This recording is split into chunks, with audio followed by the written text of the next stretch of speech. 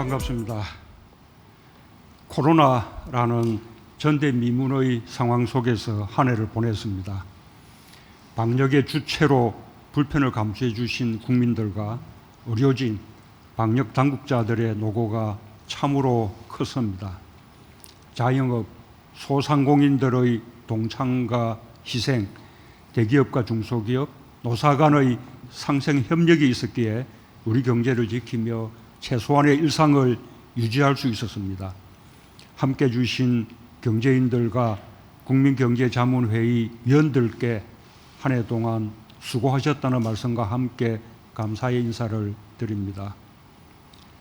오늘 우리는 2021년 경제정책 방향을 논의하기 위해 모였습니다.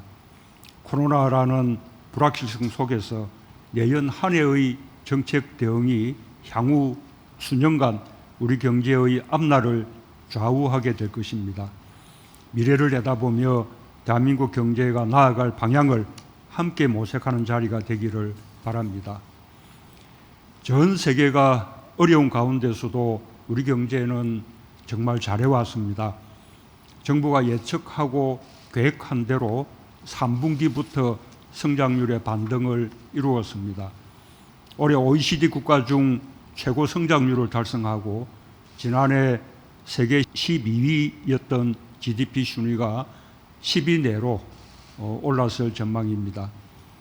어려운 시기 온 국민이 함께 이룬 자랑스러운 성과입니다. 올해 우리 경제가 거둔 가장 큰 수확은 대한민국이라는 이름의 가치를 높인 것입니다. 우리가 이룬 민주주의와 인권의 성장이 개방성, 투명성, 민주성의 원칙에 기반한 K방역의 바탕이 되었습니다. 방역과 보건의료, 문화, 외교 등 우리의 소프트 파워가 커지면서 메이드 인 코리아는 믿을 수 있는 상품을 넘어 매력적인 상품이 되었습니다. 오랫동안 경제인들을 힘들게 했던 코리아 디스카운트가 코리아 프리미엄으로 바뀌었습니다. 우리는 어느새 우리의 먼 미래처럼 여겼던 나라들과 어깨를 나란히 하고 있습니다. 오히려 우리가 앞서고 모범이 되는 분야도 적지 않다는 것도 알게 되었습니다. 특히 우리 국민의 높은 시민의식과 공동체의식은 어느 나라에도 뒤지지 않습니다.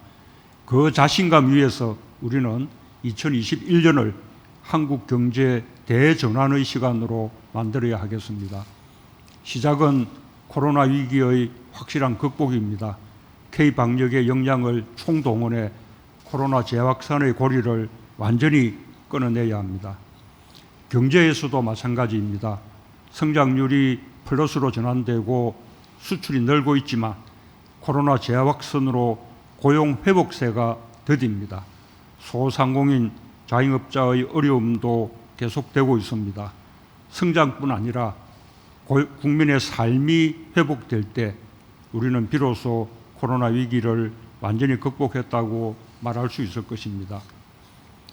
빠르게 달라지는 세계 경제의 흐름에도 선제적으로 대응해야 합니다. 이상기후와 코로나가 기후 문제의 심각성을 일깨웠고 각국은 친환경, 저탄소 경제로의 전환을 서두르고 있습니다. 비대면 디지털 경제로의 이행도 빨라지고 있습니다. 친환경 기술과 디지털 역량이 기업과 국가의 경쟁력을 결정하는 시대가 도래하고 있습니다.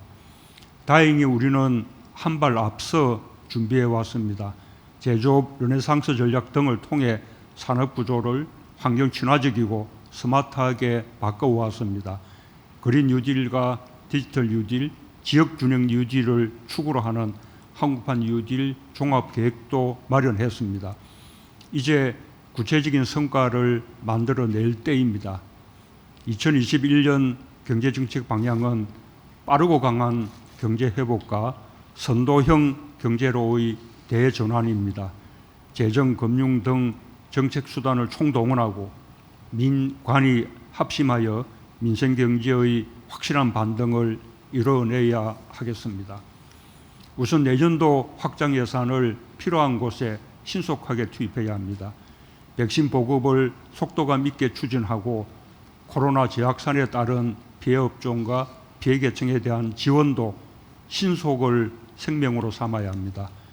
고용 회복은 경기 회복보다 늦기 마련입니다. 고용을 살리는데 공공과 민간이 함께 총력을 기울여 주기 바랍니다.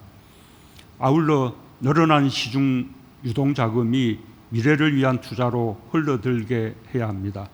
방역이 안정되는 대로 소비 촉진을 위한 인센티브를 강화하고 투자와 수출에 대한 지원도 늘려야 할 것입니다. 특히 중산층과 서민의 주거 안정이 무엇보다 중요합니다.